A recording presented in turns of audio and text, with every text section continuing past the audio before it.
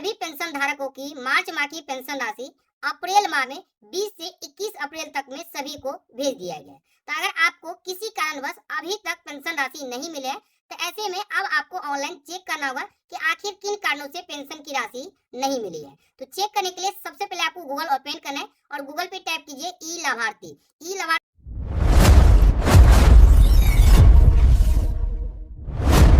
लिख के इस तरह से सर्च कर देना है। जैसे आप सर्च करें तो पहले नंबर में ये सर्च रिजल्ट खुलकर आ जाएगा। सबसे ऊपर यहाँ पे देख सकते हैं लाभार्थी की भुगतान स्थिति की जांच करें।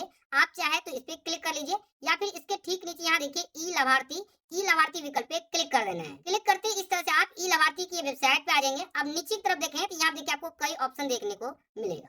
ध्यान से देखें तो यहाँ देखिए 2 नंबर में चेक योर पेमेंट स्टेटस, इस पर आपको क्लिक कर देना है। करने के बाद इस तरह से लाभार्थी की भुगतान स्थिति की जांच करें पेज पर आ जाएंगे।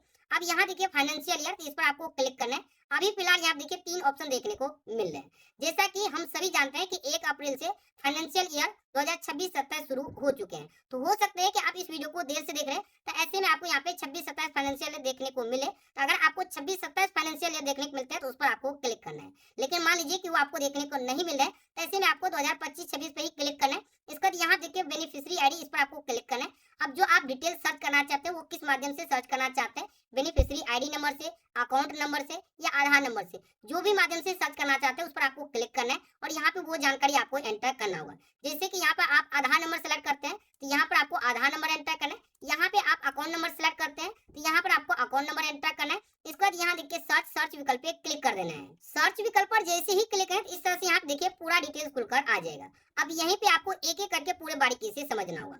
सबसे पहले यहाँ पे देखिए लाभार्थी का जीवन प्रमाणीकरण स्थिति चेक करना होगा कि पेंशनधारी का ई केवाईसी हुआ है या फिर नहीं हुआ है। तो यहाँ पे देख सकते हैं लाभार्थी का जीवन प्रमाणीकरण सत्यापित हो गया है। तो जो पेंशनधारी का हमने चेक किया इसका देखिए जीवन प्रमाणीकरण हो चुके हैं। कितने तारीख हुए वो डेट भी यहाँ पे देखने को मिल रहे हैं।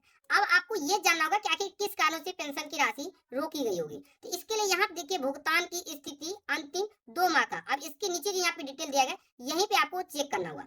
सबसे पहले यहाँ देखो बताएगा कि अंतिम भुगतान की स्थिति फरवरी 2026 माह का पेमेंट डन सक्सेसफुली, यानी कि फरवरी माह का सफलतापूर्वक राशि इनको मिल चुके हैं। ठीक इसके नीचे जैसा कि हमने आपको बताया कि मार्च माह की राशि अप्रैल में 20 से 21 तारीख तक में भेज दी गई है। यहाँ देखिए बताएगा कि मार्च 2026 का पेमेंट प्रोसेस सक्सेसफुली, मार्च माह की भी राशि मिल चुकी है। और यहाँ देखिए अपडेट 26 अप्रैल 2026 को अपडेट की गई है। तो जो पेंशनधारी का चेक है इनका तो पेंशन राशि मिल चुकी है। अब यहीं पे मैं आपको एक और पेंशनधारी का चेक करके दिखाता हूँ जिनका किन कारणों से पेंशन राशि रुके हैं, इसकी भी जानकारी आपको देखने को मिल जाएंगे। हमने यहाँ पे एक दूसरे पेंशनधारी का आधार डिटेल्स यहाँ पे एंटर कर लिया। अब सर्च विकल्प पर क्लिक कर दिए। सर्च विकल्प पर जैसे ही क्लिक किया तो यहाँ देखिए पेंशनधारी की पेंशन राशि रोक दी गई है। अब किन कारणों से रोकी गई है इसकी जानकारी आपको यहाँ पे देखने को मिल जाएगा।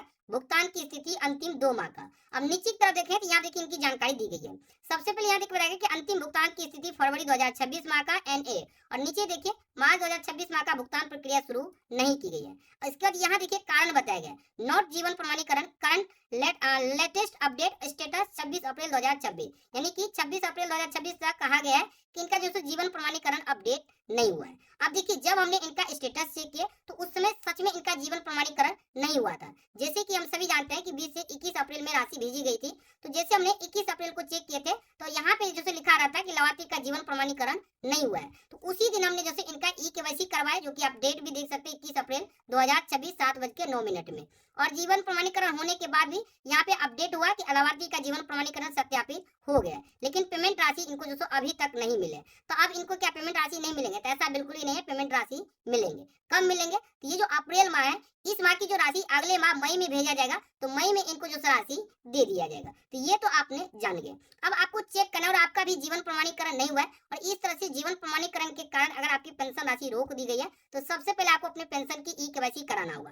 पेंशन की ई केवाईसी कराने के लिए आप अपने क्षेत्र के नजदीकी किसी भी आप जो सीएससी संचालक के पास जाइएगा और उनसे आप आसानी से ई केवाईसी यानी जीवन प्रमाणीकरण करा लीजिए। जीवन प्रमाणीकरण नहीं हुआ होगा तो आपकी पेंशन राशि रोक दी होगी। तो ये एक जानकारी थी। उम्मीद है कि वीडियो आपको बेहद पसंद आएगा।